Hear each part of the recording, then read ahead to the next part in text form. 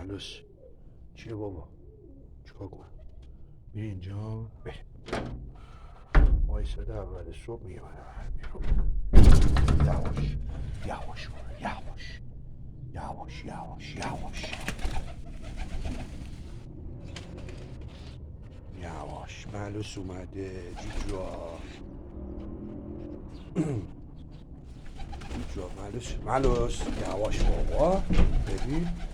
ببین بابا یواش. این 3-4 تاش تو رو نمیشناسن بابا، با تو دوست نشدن هنوز. 3-4 تا جوجه داریم، اینا هنوز مهندس رو نمیشناسن دقیقاً.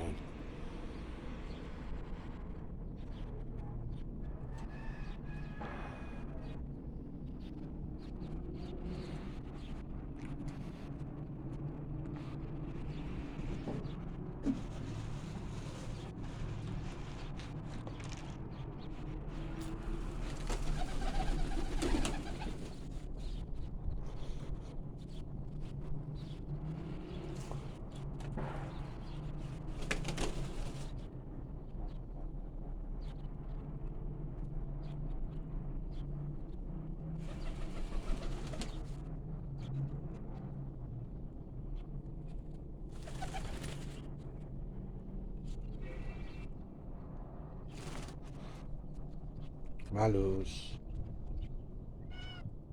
بیا دیگه بابا. ملوس جونم بیا بریم.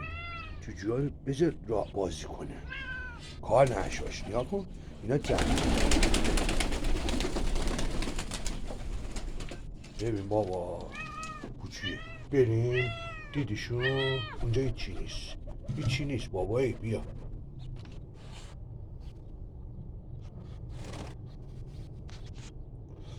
بریم. ملوس جان بیا بابا، اینجا جای تو نیست. بیا ببین